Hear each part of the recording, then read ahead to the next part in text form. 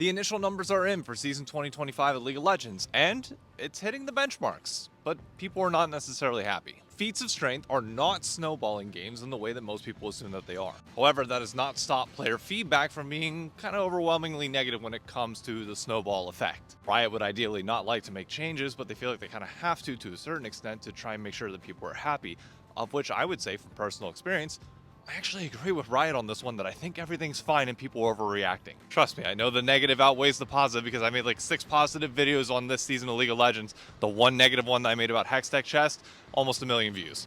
Every time, man.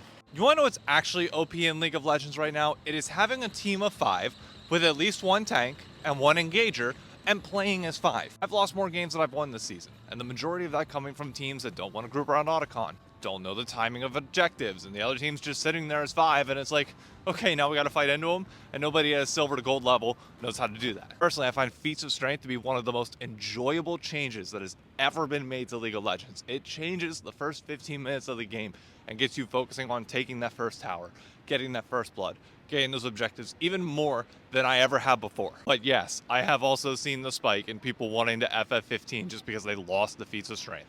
Game's not over, folks.